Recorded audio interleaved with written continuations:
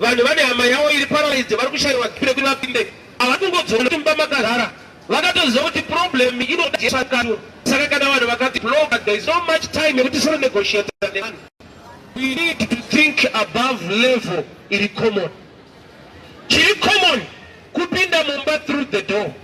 Chavakaita chisiri common vakabreaka the roof vakadzikisa hama yavo.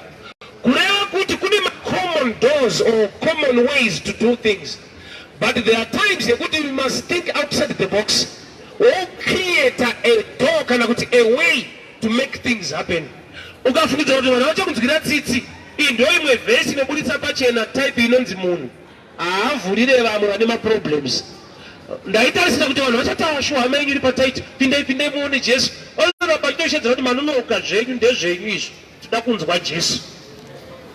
Ukatarisira kuti vanhu vachakunzwira tsitsi muupenyu, it's unfortunate. Avadaro. A common way yekupinda mumba is through the door. Dzimwe nzira dzese zvinotoenda kudepartment recriminal act kuti yatomisikanzwa kupinda nepawindow. Ukatoonekwa izvo zvosvika pane imwe imba uchipinda nepawindow waombavha. Kupaza rufu uchipinda nepamusoro ndo house breaking. But these guys they chose kuita house breaking nekuda kweproblem yavainayo. Sometimes it takes how serious you are. Situation yawina nokuti chichase washika area ine breakthrough yacho pane a spirit fighter. Fighter ungofaitwa uchibviri kure unogona kutofika kusvika pane zvinhu zvacho vachitosvika pajesu uisana mambenetsa pari Jesu pacho pane vanhu vari kutadza kuti vapinde but ana kuresigna havana kuti we try next time. I don't know how serious you are concerning your issue. Sometimes next time you are wakamirira hiko, this is the time. Avana kuti vanotozozviona mumwe musi they are tired yekutakura murume mukuru varume 4 isaide kuti munhu airema. Kana Bible rati varume 4 vaitakura murume 1 zvinotanga richild. Dekakareka murume ka32 vaitakura. Ukaona munhu akutakurwa nevarume 4 anorema. Saka navanozotapataremerwa kumana situation inonetsa. Kana tatomboona opportunity kusvika pana Jesu zvokuti vanhu vati block haisi nyaya. Let us create a new way. Saka vakachoose to break a new ground. Nzira ndeipi? Zikanzi ndeipi pamusoro pemba. Ndokubva vaenda pamusoro pemba kwakupaza rufu. Vasati vadzikisa hama yavo 2 Kings chapter 6 Bible rati when Jesus saw their faith he said to the paralytic, Jesu paakaona kutenda kwavo ndo paakataura nemunhu ane dambudziko. Ini ndaifungidzira kuti Jesu anofanira kutanga aona dambudziko. But the Bible rati he saw their faith and he said to the paralytic. Nhamo yatinayo mukunamata ndeiyi. Tine matambudziko atinawo atoda kuti Mwari vasorovhe vapedze vanoagona. But pane nyaya ndepekuti ukashayiwa faith you make God blind to your case. Zvinoita kuti Mwari vaone dambudziko rako vanenge vabatirwa nekutenda kwako kuti vaone dambudziko rako. Apa Jesu haana kutanga aona the paralytic. Bible rati when he saw their faith he said to the paralytic. Kuti chakatanga kuonekwa haisi problem. Kutenda faith. Paakaona kutenda kwavo akaadresa dambudziko rine munhu wese akaporeswa naJesu kazvitresa. Jesu aipa credit munhu ane problem achiti kudi kutenda kwako kwakuporesa. Kureva kuti nyangwe uine problem one thing chausingafanirwa kushaya is faith in you. Unofanirwa kuva nekutenda. Kutenda is a connector to the power. Jesu kugaleri akaita minana mishoma kwete kuti aiva mushoma kana kuti anga asina power kana kuti aendeko asina kutsanya. He is the same whether in gallery in Bethlehem or in Jerusalem. But the Bible kana richiti gallery akaita minana mishoma. Let's check the reason. Because of their unbelief. The main reason they vanhu vacho vane maproblems. Chimwe chinhu chavakashaya muproblem imo vakashayiwa kutenda. Pane a demand inodirwa kuonekwa mumunhu wese nyangwe aine problem inonzi faith. Faith comes by hearing, and hearing by the word of God. Kureva kuti unofanirwa kunge uchigara uri mushoko raMwari kuti ugadzire chinhu chinonzi faith chirarame mauri, nokuti ndo chinoda kuonekwa naMwari kana wauya kuna Mwari. Nyange uchida kuti Mwari vaone problem yako, ivo vanotozoratidzwa problem yako nechinhu chinonzi faith. Nokuti Bible rati when Jesus saw their faith, he said to the paralytic, kureva kuti faith was an eye opener to the problem yauya nevanhu. Pakashayikwa kutenda wabroka the way yekuti ubatsirike. Mwari uyu anobatsira, anogonera vanhu, but kune demand yokufanirwa kunge ichitariswa yakapureswa kumunhu wese. Munhu wese afanirwa kunge ane chinhu chinonzi faith. Ichocho chikashayika haubatsiriki. Iye ari Mwari wamasimba ose very powerful, chikashayika ichocho haubatsiriki. Let me give you an example. Dambudziko ririko rinonzi HIV.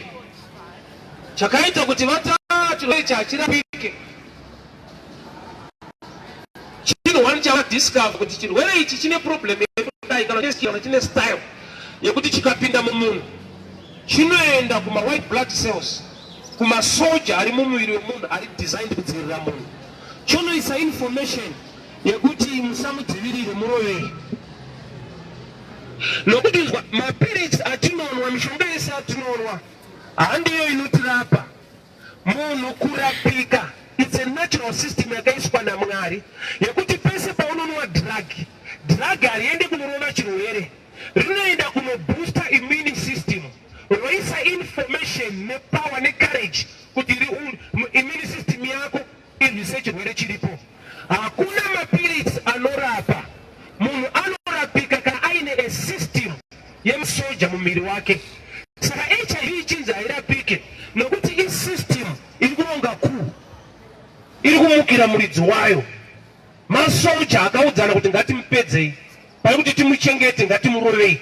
Saka pese pauchanwa drug raunongonwa rinongosvika kumasoja akatengwa kudhara kuti isusu hatisida kutombomubatsira, toda kutorova. Why? Kureva kuti vakagadzira drug rinofanira kukubatsira rinosvika kumasoja akatotengwa kudhara kuti pandukirai munhu. Saka vakati aiwa hachirapike. Why? Nokuti chinoita kuti munhu arapike inatural system yakaiswa naMwari mumunhu. Munhu ane masoja ake anomudzivirira. So spiritually tine vanhu vane AIDS spiritually. Why? Nokuti havana faith mavari manje. Nokuti chese chinoda kuitwa naMwari, Bible wrote without faith you can't please God. Zvinoita HIV naturally ndo zvinoita ukashayiwa faith spiritually unenge uri positive pamweya, haubatsiriki. Kana Mwari vakada kukuitira favor, pazvinosvikira pacho pari corrupted kudhara, Mwari vakada kuti ubudirire, ino shoko richiti ukapa uchapiwa, iwe wakatokorruptwa kudhara kuti kubirwa. Saka uri spiritual AIDS haubatsiriki. Pamwe unozinzwa mina nzokorere mushi. Unofanira kuenda pachirongwa ndisati kuparidza. Pachirongwa chemweya chokutsvaka shoko raMwari, wobuilda chinhu chinonzi faith mauri. Nokuti without faith you can't please God. Kuti no matter the problem yauinayo, you must have faith. Usati wane church, usati wane uniform, usati wane chigaro, chinhu chiri number one kuva nacho is faith. Uri uniform usina faith, you can't please God. Uri mudikoni usina faith, you can't please God. Handifudi zvigaro zvakaipa bandikuti iva nechigaro wakagarwawo nezvaMwari wacho zvikone kubatsira upenyu hwako. Why? Nokuti varume vakauya nehama yavo ichirwara vakati vapaza rufu vada kudzikisa hama. Bible rati and Jesus saw their faith, akaona kutenda kwavo ndokubva ataura to the paralyzed man. Kurati kutenda kunooneka.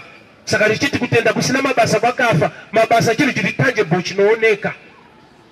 Jesu wakaona kutenda. Kutenda kwavo kuri kuonekwa kuri papi? Kana varume vari 4 vachiririsa munhu 1 ane dambudziko kumuendesa kuna Jesu, murume 1 ndo faith yacho, vari kubvuma kuti zvatatadza tiri 4 uyu mudhara ari 1 anozvigona. Varume 4 ukaona vava kunosarenda munhu anoda kurwa ne4 kumurume 1 vari kuti aiwa uyu ndo ushashe zvese, isu 4 hatina chatogona, but tikapa uyu anokwanisa. Number 2, pavari kubreka imba yemunhu imhosva house breaking, but ndo imwe sign yefaith yekuzoti kana paina Jesu hapana mhosva. Kana munhu munashe, there is no longer condemnation to those who are in Christ. Kuti vari kupractice chinhu ichi vari scripture minded, kuti tiri kuzviita muna Kristu. Saka tikazviita muna Kristu, mhosva yedu ndeyake. Akatouya kuzotora mhosva dzedu. Saka tikatopaza imba nekuda kwake, iye ndiye ari pamahwani kwete isusu. Saka vane kutenda kuti mudhara uyu anotora mhosva dzevanhu. Saka kana pane nyaya yaJesu tinopaza imba yemunhu. But something strange, Bible noti vakaenda pamusoro pemba ndokubva vapaza vakadzikisa hama yavo straight pana Jesu. Indava now they are not prophets. Indava vaziva kuti Eliya yatiri kupaza ndoina Jesu. Indava vasina kupaza imwe kona kana kumwe kona kusina Jesu. Bible rati pavakapaza straight vakabva vananga pana Jesu wacho, yet they are not prophets. Can I go deeper into it? Varume 4 vandiri kutaura nezvavo, they represent the 4 gospels: Matthew, Mark, Luke and John. Ukatarisa mabhuku eSaya aingotaura pamusoro paJesu haapotsi. Vanataura kuzvinzwa rekanzoke kumashure. Chapa vanhu kuti vazive kuti pano ndo pana Jesu. Time yavaidhiga pane zvaidonhera mukati, uzava uchibreka roof, zvinhu hazviuye kumusoro, zvinodonhera pasi mukati.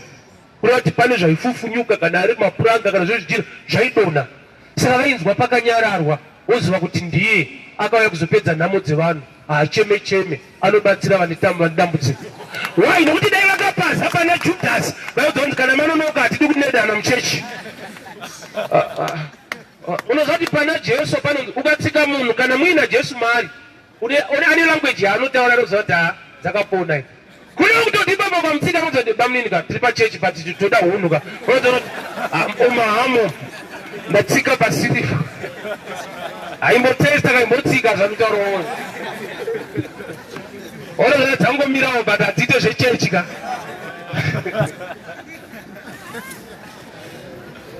Inapa wedzi ndo mamwe mazira vakaita kuti ukaona tasvika patiri kubreka zviri kudonha zvichidonha mukati pasina ari kukomplena, tasvika paari chaipo. Nokuti iye haana kukomplena, akauya kuzotora matambudziko evanhu kuti atakure mumaoko make. So vakabreka pamusoro pemba. Jesu ndokubva aona kutenda kwavo. Ava ndokubva vadzikisa hama yavo pana Jesu. Zvazvinoreva futi ndezvekuti kana vakadzikisa hama yavo pana Jesu yakarara pameti, kana munhu akarara pameti anotora much space anongodzika akamira.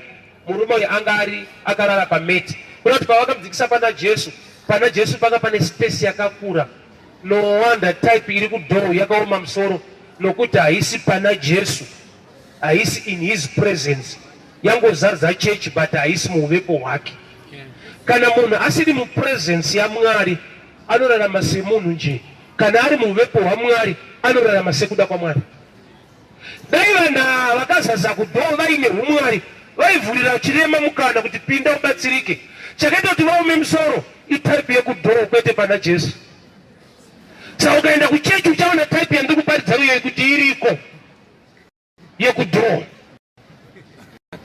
Rashi yake vanokuudza kuti ari munombata asi kuprogram dzekunamata mamemba epanapa patuna Kristu amo, kuti chaKristu chaicho chinonzi rudo hachimo.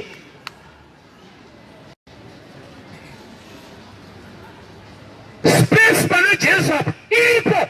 I've come to tell you this. Pana Mwari pane mukana wako, opportunity yekuti utsvake Mwari umuwane iriko. Hapana kuzara. Church inogona kuzara but pana Mwari pasina vanhu. Church room inogona kuzara, pana Kristu pakashota, pane space. Saka iwe kana wawereka kutsvaga imwe space, seek his presence. Tsvaka uvepo hwake, tsvaka Mwari. Don't be present but usiri in his presence. Nokuti chinokuchinja hakusi kuva present in the room but is to be in his presence uri muroom iyoyo. Saka vakadzikisa hama yavo pana Jesu. Jesu ndokubva ati your sins are forgiven. Ndo statement yekutanga. Hakuna akafara. Jesu akati zvivi zvako zvaregererwa. Ndo vanaita mubvunzo. Ishe murume wamuri zvivi zvako zvaregererwa. Afambe. Haana munhu waakavhara, haana kwaanoenda. Anoswera akarara achichikotakurwa achipindurudzwa achipiwa pori chadzokera mumba. Inda muchiti taiti iyo zvivi zvaregererwa. Akatadza nguva yemukomana. Ndopauchaona kuti kuva mutadzi haisi nyaya yekuti wakatadza, inyaya yekuti wakaberekwa nemubereko yechitadzo. Identity haisi character. I will repeat. Kana wakaberekwa nemubereko yaAdamu, wega wararama usinobvira waita kana problem, utori problem. Svika wagamuchira Jesu. Kuva mutadzi haisi nyaya yekutadza, inyaya yekuti wakaberekwa nababa Adamu nenyama yakatadza. So you must be born again. Uyu kari kunzi your sins are forgiven. Haana wakavharo. Zvanzi is a paralyzed man. Anotoswera akarara pameta achitakurwa achipindurwa. Kana power kana kutsetsa vanhu kana kutomborova zedi kana hakwanisi. But ari kunzi naJesu zvivi zvako zvaregererwa. Aitadza nguvai. Hapana paakatadza. Akaberekwa nembereko yaAdamu yezvivi. Nyaya yekuva mutadzi iri pa-identity kwete pa-character. Kutadza hakukuite mutadzi. Saka uchiona kuti kugona hakukuite mutsvene. Maona uzvinzwa. Ndine boyfriend yangu ndamuti uzoya kuchechi takafunda tesi. Uzoya kuchechi zvanzi ina nda problem. Andove mukadzi handidhakwa ndetsane nemunhu ndiri bo. Ndikati ikoko ndokwati kuti hausi right. Why? Nokuti haunatse the righteousness of God. Nokuti uri right. Righteousness of God is a gift of God. That is Christ Jesus. Kana mugamuchira. Tiri vatsvene nokuti akatiita vatsvene iye Kristu watakatenda maari. Hauve munhu ari right nekuita zviri right. Dai zvaidaro pasina need yekuparidza Jesu, taikoti varume tai zviri boumende kudenga. But even good guys, they can miss heaven if they don't accept Jesus as Lord and Savior. Uyu haana munhu akatadzira, but ari kunzi your sins are forgiven.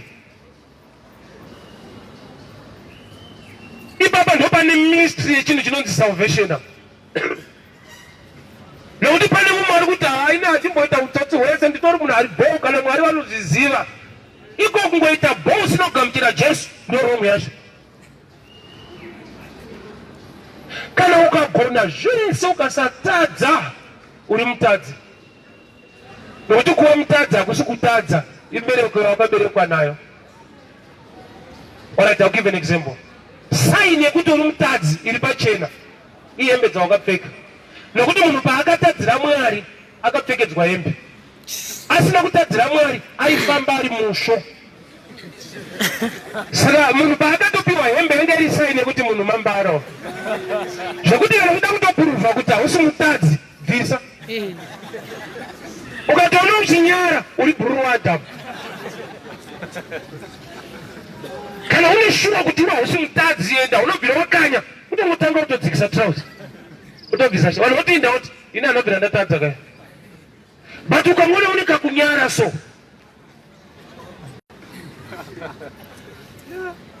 Nokuti Genesis 2:25 inoti they were naked and not ashamed. Shame is sign. Nekuti pane kutadza kwaitwa saMwari pawakapa munhu hembe yanga isiri blessing yanga iri sign. That's why Jesu paakatifira chakaitika chii ari pamuchinjikwa, he became naked.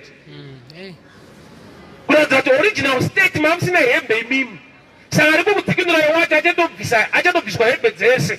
Kuratidza kuti ukaona une hembe mambara. Ndopa kutoda lebo.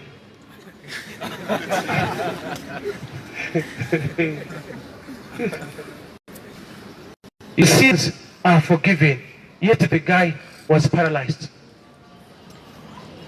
Akatadza kupa hano kutadza chii manje, imbereko yakaberekwa nayo. Saka kururama chii, kuberekwa patsva muna Kristu.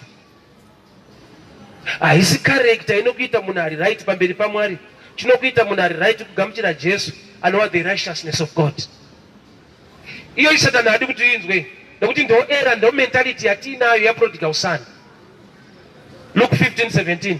Mukomana zvanzi when he came back to his senses, paakadzokera mundangariro dzake, akafunga kuna baba, akafunga kunotaura kuti kudii baba ndakatadza pasine kudenga ndiregerere musanditorese mwana wenyu. Zvakaipa zvinoita here kuti mukomana uyu aregere kuva mwana? Kwete, zvinongomuita mwana akaita zvakaipa.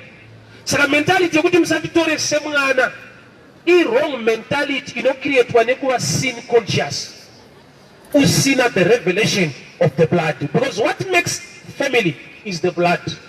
Saka tona mwana wako kana akaba sei haachinjese nemu. Kana kutoenda kumakombe kuti mabiri ari kuita munhu uyu aiwa apiri asiri gurundoro, anoramba ari gurundoro, haamboita upapiri. Kana zvikadii, why character neblood zviri two subjects zvakasiyana. So mukomana paari kuti baba musanditorese mwana, he is wrong. Why? Nokuti chakakuita mwana wakaberekwa hakusi kuba kana kunzwisisa kwakakuita mwana. Pautonzi prodigal wibaba utonika sene mukakanzi sani kumberu. Sonship we lose ne poor character. Unoiluza ne lesser understanding concerning the mystery of the blood. Sonship we lose ne kuda kwe character. Sasa Satana chida kukulanzira baba. Sasa jono pa unopinda mprayer. Chiti mwari pindirai. Nokuti menu chakakuudza kuti akaenda. Enda anabasa newe. I love Peter. Peter was broke to a level yekuti akabuda pachena muBible. Pana Acts chapter 3. Akati silver and gold andina. Asi chandinacho ndi Jesu. You can be broke. Una Jesu. Peter, Acts chapter 3. Akati kuchirema silver and gold apana. But chandinacho chandiri all that sure. Kana pasina cash. Jesu aripo. Iwe manje namwe ikakubata noti mwari pindirai. Nokuti kuudza kuti kana usina kana sendi mwari atoenda.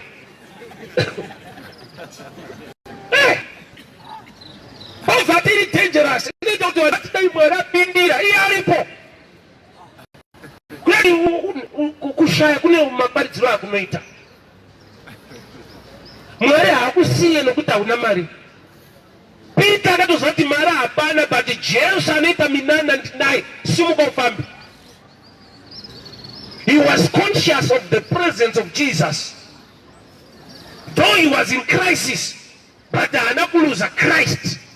The revelation, your relationship. Your sins are forgiven. The guy was not happy. Why? Problem yake was paralyzed. Saka sababari zori zviru zvaregererwa.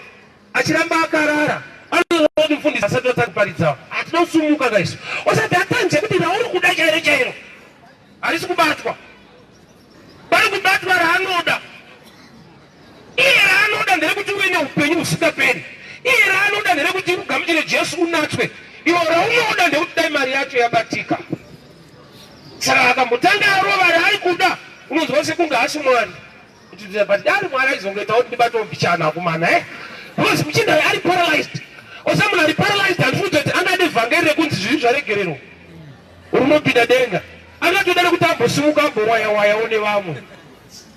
Let's be real ka. Une zvaunoda kai. Unotomirira baba unotoriziva kuti asi lakabata area idzi manje. Kunosvikwa, but the first stage iri valid irelationship. First stage iri valid pazvinhu zvamwari irelationship. Why? Nokuti kune zvimwe zvinhu zvausingatsvage zvinofanirwa kukutsvaga kana wamu relationship. Adzimai vangu vachiri musikana wangu ndaivapa mari ndaibvisa kaumwe urikona kama mukadika maigara shoma ndaisa zvigunwe chundo vapa. Pavakangondida tikarorana vakava adzimai vangu, ivo ndo vakupa inini shoma. Ini ndindoshanda ndovapa ndopiwa shoma. Zvakachinja. Achiri musikana wangu ndaisa shoma ndichivapa. Ndaisa spend kuti pamwana uramba ndine mari kavari.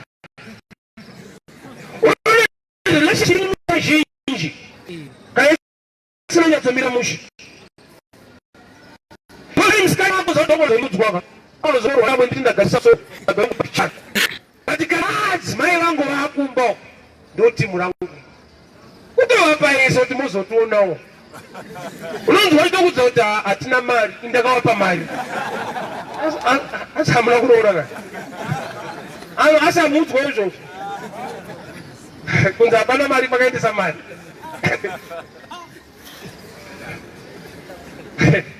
zvekuti handinoedza kudhiraivha pana pandeyekuti uri kuona the relationship ine zvinhu zvainochinja zvekuti iye haachakumbira mari semudzimai wangu zvakatochinja ndianotoibata asina kuikumbira.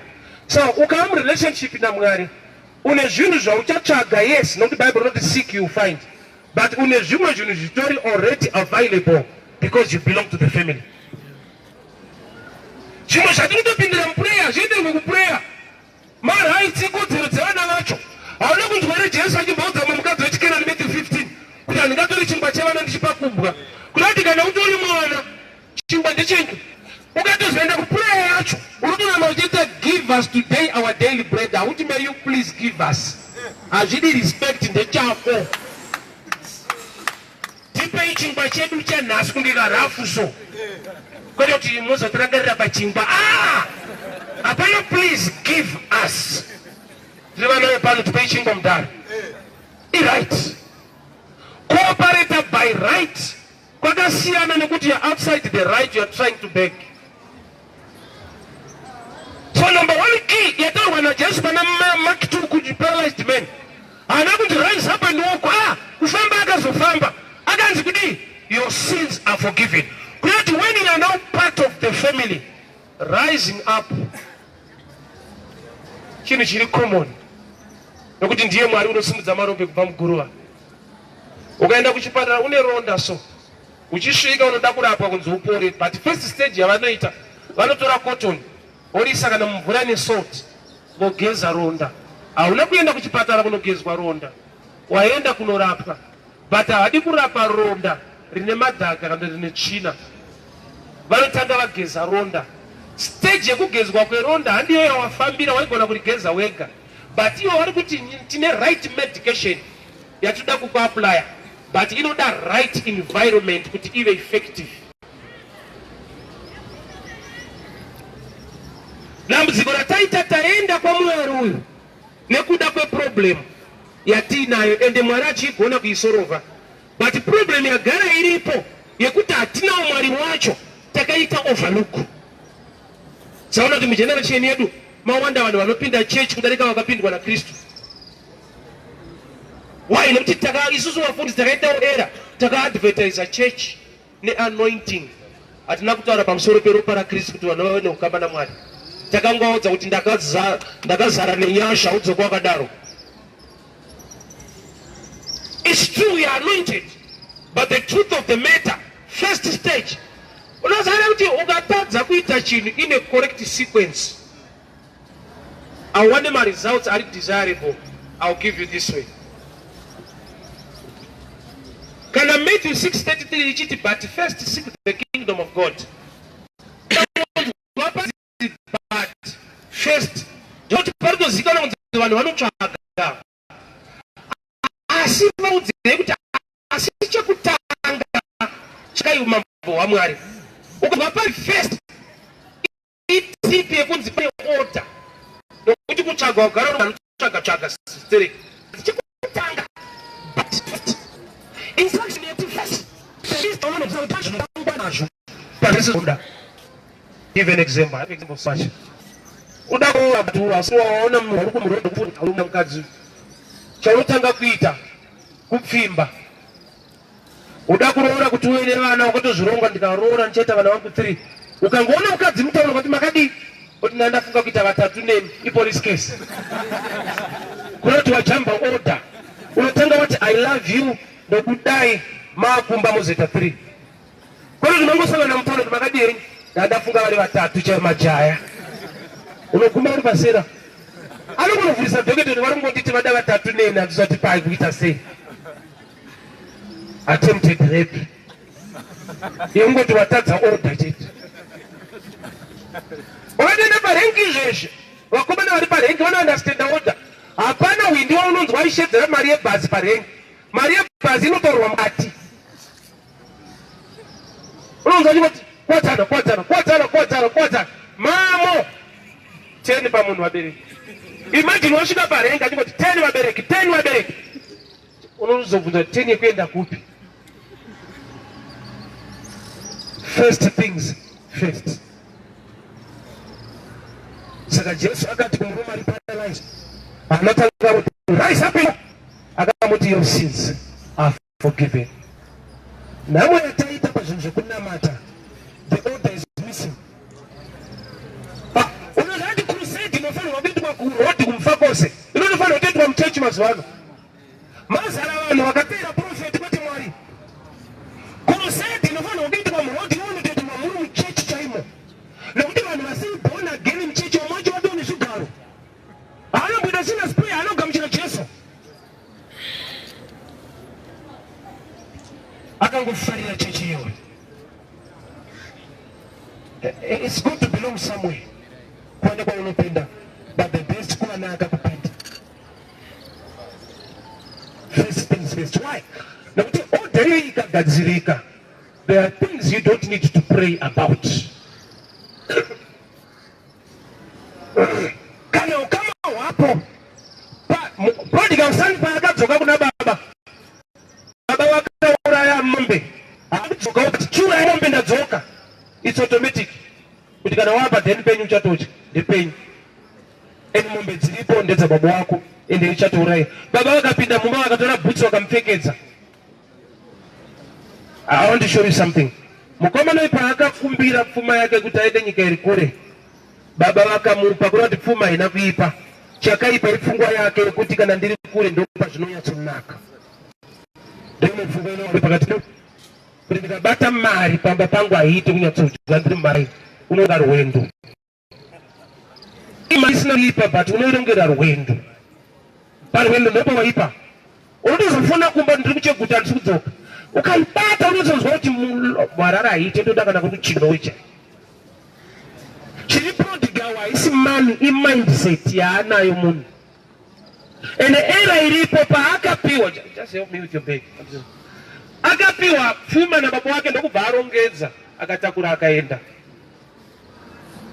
Baba haana kumupa zvese. Yes, vakamupa zvaanokwanisa kutakura. Kwandada mudyira kure ndo era. Ukafunga kunodyira kure unotakura zvinhu zvacho.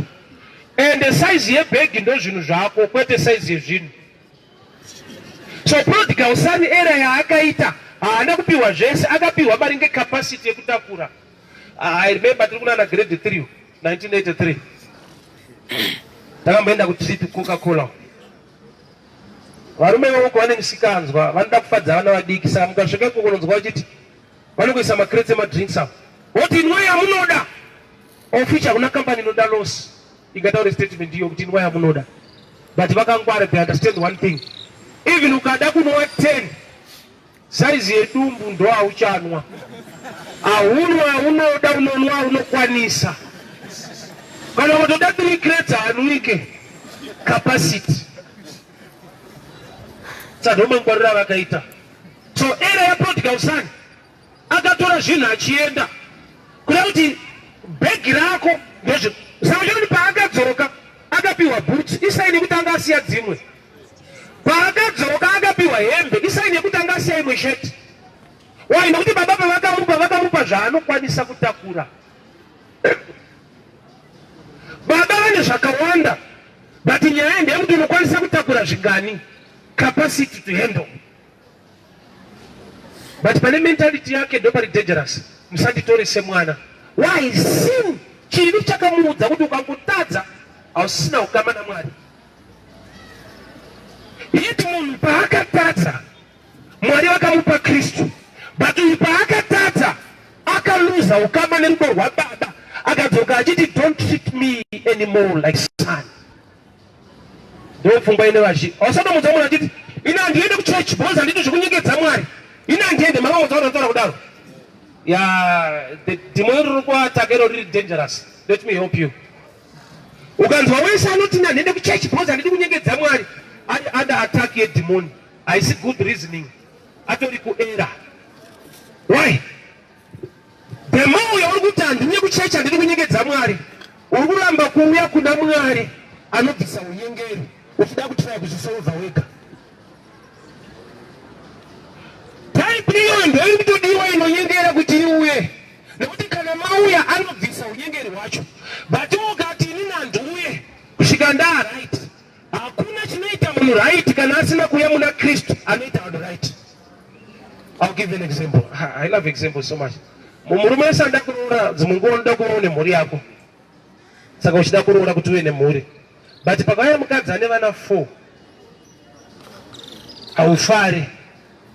Iwe unoda kuroora kuti uve nemhuri ka. Pauya mukadzi ane vana 4 vakatopedza secondary. Wegoresa unoti hazviiti.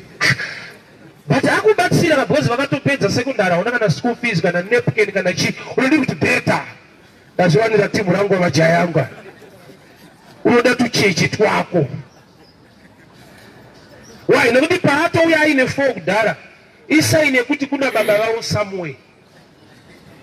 Ndo zvakafanana naJesu. Ukatouya uri right haakufariri. Because ari yaiti saka kune mumwe ari kuita vanhu right kudarika inini futi. Andokuda wakadaro ndiani kuita right iye. Ukatongouya uri bo watoo enemy yake. Because iye akava kuzonatsa vanhu. Saka akausvikira wakatonaka anenge akutyoti saka akumbokunatsa wacho ndiani. Saka ari kukuda wakadaro. Chechi haiti munhu akadaro. Handisi kuparidza chechi. Ndiri kutaura Kristu. Iye anokuda wakadaro. Nokuti kana wauya kwaari haurambe uchidaro. Chechi haikudi wakadaro. Nokuti ukaipinda uchidaro unogona kupfuurira mberi uchidaro. Iye haikuchinje. Ini ndiri understanding yechechi sterebo. Ndakapinda chechi kwenguva refu ndisandatendeuka. Ini chandaitendera kuchechi kwandaienda ndakakurira muZayoja nevabereki vangu ndokuZayoja. Chandaendera kuchechi wanga uri mutemo wepamba number 1. Number 2 mugara wangu wanga ari strict ukarubva kuchechi haudye sadza. Saka ndaitopindira sadza iroro. Shoko baba vedu vasingaridye. Mudhara aitokubvunza manheru Sunday madzokera kumba kuti ndiani aparidza. Ndari musikanzi kuti tikanziva kuti pashetero pachaparidza ningi toenda notamba. Ukati vaparidza kuti udii. Ndoti haridyika. Saka kuti utoridya toramba urimo. Ndokuzosvika imwe stage yataiendera vasikana. Vasanomboona imwe chechi inetuma baby tokadaka se. Kune boys kunoendera izvozvo pombi idzodzi. Kuchiparidzwa uchimboona kuti murume wako mana makanyanya munomu. Saka tatine mweya ufarire maona zvakasimba. Patanga tikudaiti kwako nemanziso. Ausami mwachifarira maona ita. Uchechi kune type dzakawanda. Pasina muzomwana kuda all night stay. Yatopedza baba. Ava mwana wadaho on a good note. But kwa kune type yedu mazuva iwaya. Kukanzi all night rezati zvabhadhara. Tinenge tine vanhu vedu. So my reasons aiti driver kuenda ikoko they were different. Tisina Kristu. Takaberekerwa imomo. Tisina kuberekwa patsva tiri imomo. Saka yekuberekerwa imomo yaiva cover yekuti taitofudza kuti takatoberekwa patsva. Tatisiri maKristu, tatiri machurch member. That's why I love to tell people this. There was a time munyika vanhu vaiti hakuna minister ako kueducation ada kuramba kuti kuchikoro kuitwe prayer. The Lord's prayer. Ndomwe takakura tichiita. Zanzi ariko ari kuramba hazvisi right toda kudemonstrate. There is no need. Why? Kana ichitonzi the Lord's prayer haisi prayer ma students. Ukaiterera zvakanaka inoitwa richinzi kuti baba vedu vari dera kwete headmaster wedu. Kuti as long asiri baba wako even uri mwana wechikoro kuita prayer iyo waste of time. Iprayer yevana vacho kwete vana vechikoro. Saka mwana wechikoro asiri born again kana akaita the Lord's prayer kuchovha time. Vanhu vaida kurwira zvinhu zvavasina understanding. Vaitofanirwa kuparidzwa vanhu votendeka kana vakuita prayer iyo pavari varikutotaura naMwari sababa wavo. Kwete ngoti vari kungoita because pacho munamato hausevhe munhu kana asiri baba wako ukati baba vedu hazvishandi. Nokuti hausi munamato wevana vechikoro munamato wevana vaMwari. Zvinhu zviri separate. Your sins are forgiven. Haana kufara. Yet in that stage inofadza. Why? Nekuti inokupa relationship. Kana wamu relationship mune ma benefits arimo. Vanosati kune vanhu vanorwara izvi zvine shuga nekuda kwekuti akaberekwa kumhuri ine problem iyoyo. Zvoreva kuti kana maproblems achiflowa through the blood, kune zvakanaka futi zvinoflowa through the blood. Kana matambudziko akauinawo achitreswa kubva kudzinza rekwenyu, zvoreva kuti kumamwe success iri mavari inotreseka futi kubva kudzinza rekwake. So when you are now born again, if your sins are forgiven, wava mwana wamwari, wakuona the flow of a fresh blood, the success and favor towards your life. Zvokuti zvimwe zvitsvage, it becomes natural for you nekuti you belong to the family. Kana waregererwa zviriwawo right environment ina Kristu, kune zvaKristu zvino ukaenda kunzvimbo ine mosquito, haudi kana kuapply kana kudii kuti mosquito ikurume, unongorumwa. Ukatoenda kuchirundi izvozvo unongochirumwa nemosquito. Hauna kuashedza, hauna kutaura navo, hauvafarire, unongorumwa usingafarire. Uri muenvironment ine zvinhu izvozvo. Ukaendawo kuUK kune chando unotonorwa, even usingade zvekutonorwa, unotonorwa zvakadaro. Uri kwachiri, uri muenvironment. So kana munhu ari kunzi your sins are forgiven, akasafara, kureva kuti kuzoinzwa rise up and walk, hakudarike your sins. Saka Jesu akati kuti, which is easier, to say your sins are forgiven or rise up and walk? Ndo question yaakabvunza. Chakanyanya kutaura chii, kuti zvivi zvaregererwa here kana to rise up and walk? Vanhu havana kuunderstand that the main thing in relationship. Kusvika Jesu azoti rise up and walk, zvanzi vanhu vese vakafara vakati chiitwe yasatambochiona pakati pedu, shuva murume uyu muprofita waMwari. They are happy on a lesser note. They are quiet. But there was salvation, repentance, no relationship. Why? They don't know the value in relationship. Hama dzangu kupinda mpure tichinamata kuna Mwari zvinhu zvakanaka kwazvo. But kihombe, I'll help you this. Kihombe haasi mashoko auchataura. Itype yemunhu ari kutaura. Matthew 6 verse 6 inoti kudii, when you pray kana maakunyengetera endai pakavanda muvhare door. Mwari anoona kwete anonzwa. Iteaching yeprayer, but Mwari wacho ipapa haanzwi, anoona. The God who sees will reward you, not who hears. Iwewe uchitaura iye achiona chiri kutaura. Kureva kuti in other words, deeper revelation, Mwari haanzwi munamato, anonzwa munamati. Msachiti unofanira kuita Bible zvirege kuita zvinyowanistere. Kana usina unonyora pasi Matthew 6 verse 6 painoticha concerning prayer, haiti Mwari anonzwa. You know, when you pray, the God who sees kuona will reward you. Achionei the type of a person. Hauzvizivi kuti vasikana ndo zvavanoita. Ndakakura ndichiudzwa kunzi mupana unopfimba vasikana sweet tongue harambe. Saka pane pandakazoita sweet tongue ndikarambwa, ndo pandakazoidiscover kuti aiwa musikana pastage yekuti haanzwe zvauri kutaura, anenge achiona chiri kutaura. Unyazoona kuti kuroorwa ndoda bhadhaba ndonyura apa. Unoziva kuti sweet tongue haishanda. Uchiudza ndokuchengeta achionoti uri kutotadza matenesi ako, kuzoti ake, uri kutadza bhande rako, kuzoti matupa kuti watuma bhandi, ega anenge achiona. Unoziva kuti musikana wese wakapfimba ukatokuti nda kukuroora akaramba, anga asingarambe kuroorwa, anga asingarambe zvekuroorwa, airamba chacho chaida kuroora. Mutsvage izvezvo chero noti akatozoroorwa. Yeti ndozvoimuudza kare. Toda kukuroora iye achiramba. Anga asingarambe kuroorwa, airamba ichocho chida kuroora ichi. Saka akazobvuma vamwe.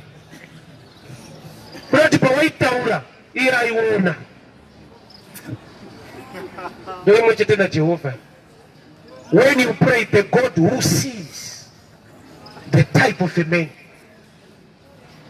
Zvoreva kuti ukasainzwisisa iye type of a man yesalvation, unofira mugome mahara. It's good to be prayerful, this will happen. But the type of a man matters most. There are those who carry grace so much to a level, they speak less and much happens. They speak much and less happens. Jesus bagwala Lazarus. Kungot Lazarus come out.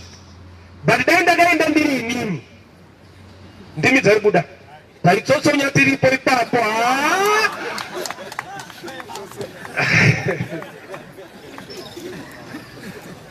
Amarumba ibuda ipo.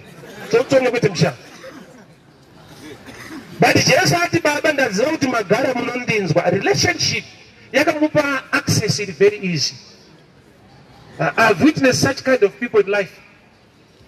The generals of God, they speak much and less happens. So I'm so inspired. There's another man of God. I want Pastor Enoch at the boy. Can I want conference? He just calls out. Next year, just like that. Next year, you will see thousands. But right now, they speak less. Much happens. But the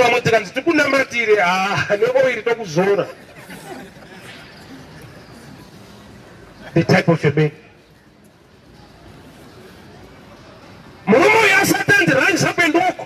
Jesus had a new spirit. Which one is easier? In other words, it becomes much easier when one is now connected to God. He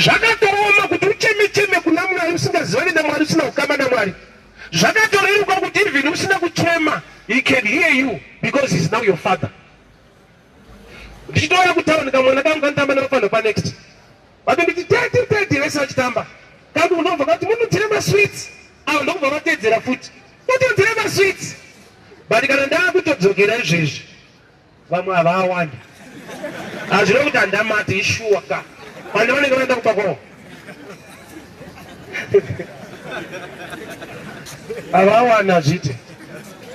Why? You want to know zero. Long as you tell zero, you tell them one on. Usakopes later, my Christus, Christ. Wanopa next chinoosha isa maswiti ndadzoka. Vatedzera zvataura mwana wangu kuti tete muye nemaswiti. Saka Mwari anoziva vana vake nevanokopa vana vake. Usakope prayer nekudi. Check your relationship first. Your sins are forgiven. Just know but which one is easier? In other words, it becomes much easier when one has got a relationship with the Father.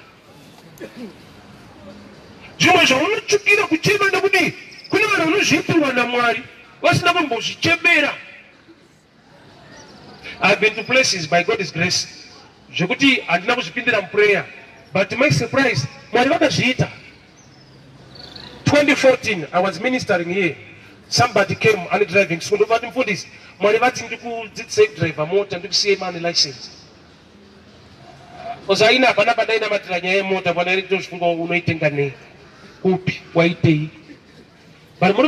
many kids, I never tried out driving school. 3 times did you find up Islam? The Ramutu sure money but in the foyer monopera mine. Was a Pamupano not Manupera. Mariam Tumagutan did so driver, but I'm so work a woman. So I'm nothing to see him license, but I'm 40 times over the pass. That very month and the passer. That very month, somebody came. What about it? The parties are getting more about to say man and motor and the castles. I've never been to one who shaddies and don't try by it. Also, there are times when the relationship can speak. A relationship can speak. It's much easier when you are connected to him than when you cry to him without connection. Right, but you come and you can not answer. The thing when you saw you know under Mahara. Genesis 18. Agana Ishmael. Right in your time range. Right Zimba Kumbaka Abraham. Aga to Ishmael Gamisa Pacific. Iakano Garo, the Tanga Kuchema. Girozi Gatarachita, Ganyara, Morirans Bakuchema Kumana. ari kuvanzwiwa akavharwa negwenzi akavigwa but ndianonzwiwa ye kuti zvamwari hazvivhariki. Ko indadenga isiri kuti tanzwa kuchema kwako sirati tanzwa kuchema kwemwana. Remember Ishmael mwana wa Abraham na Mwari mabhururu. Saka Mwari vanzwa kuchema kwa Ishmael for what reason? He carries the blood of the friend of God. Saka Bible ichiti blood speaks louder. Ropa rinotaura kudarika voice. Auziwe kuti ropa rine powerful kana rataura. Ende ropa rinotsatwa kudarika voice. Miti saoni oramba numbu. Moenda kunotestwa ropa. Ropa rinotoudza kuti ari kuramba ndiye, rinotengesa. Ropa rine dangerous. Unobva uine mhosva uchiramba. Iwe ukatoramba kuti hausi kurwara, ukanotestwa so, unonzwa kunzi marwara munhu washe. But ndiri fito nzi ropa rinototaura kuti masoja apera. Ropa rinotengesa munhu. So Ishmael ari pasi pegwenzi, Mwari vakamunzwa. Why? Because it's the blood of Abraham. Indava Hagari kuchema asiri kunzwika. It's a mystery of the blood. Usawanze misodzi nekuchema usina relationship. Nokuti relationship inokava dzimwe areas dzaunofana kunge uchichema. Nokuti Mwari wako ndimwari ane rudo, ndibaba kwauri vanoziva zvinotsvakwa nekuchemerwa nemwana wavo. God knows. Mwari vanotoziva. Haisi nyaya yekuti tiende kuprayer kunovazivisa, teitozivisa anoziva. Prayer is just a sign yekuti I'm humble and I trust you. Chete. Kwete kuti prayer it's a way yekuti Mwari vazive zvinhu. No, he is all knowing. It's a way inoprova kuti I'm humble enough to trust you more than what I think. Prayer humility. It's a sign yekuti I cannot do it alone without God. Ukatone munhu asiri prayerful, munhu ari stubborn, ari kuudza Mwari ndorova zvinhu zvangu ndega. Ukazona ndavoko kuzvezvaoma pachimwe ndotraya. Ndozvazvotaura kwaona usiri prayerful, ndozvazvinongoreva. Ndozokudai kana zvanyatsooma but so far zviri bhoro. Hear me very well. Relationship is the key. Before anything else, check your life. But mystery relationship yadakuudza, it's not because of your character. It's because of what Jesus has already done. Ukama accept, you become the righteousness of God. Usanyepere nemwe yechina kuti wakaita zvakaipa saka ukandamata Mwari hakunzwe. Iye paakakuda unoziva kuti wanga wakatoipa. For God so loved the world, not the church, not somebody born again. He loved the world. Akatokuda wakashata. Saka hakusi kunaka kwako kunoita kuti Mwari akude. Nokuti paakatokuda ungosi right. Father, we thank you for speaking to us. We thank you for your word. We thank you for the grace and the revelation. Thank you for building us and empowering us to stand in thy truth and in your word. And we thank you for the gift of life and the gift of salvation through Christ Jesus. In Jesus' mighty name I pray. Amen. God bless you so much, people. We meet again tomorrow, same place, same time. You can also watch us on Facebook Live or else on YouTube. You just Google name Evangelist T Muparinga, then you can watch. God bless you. Thank you. We meet again. It's good.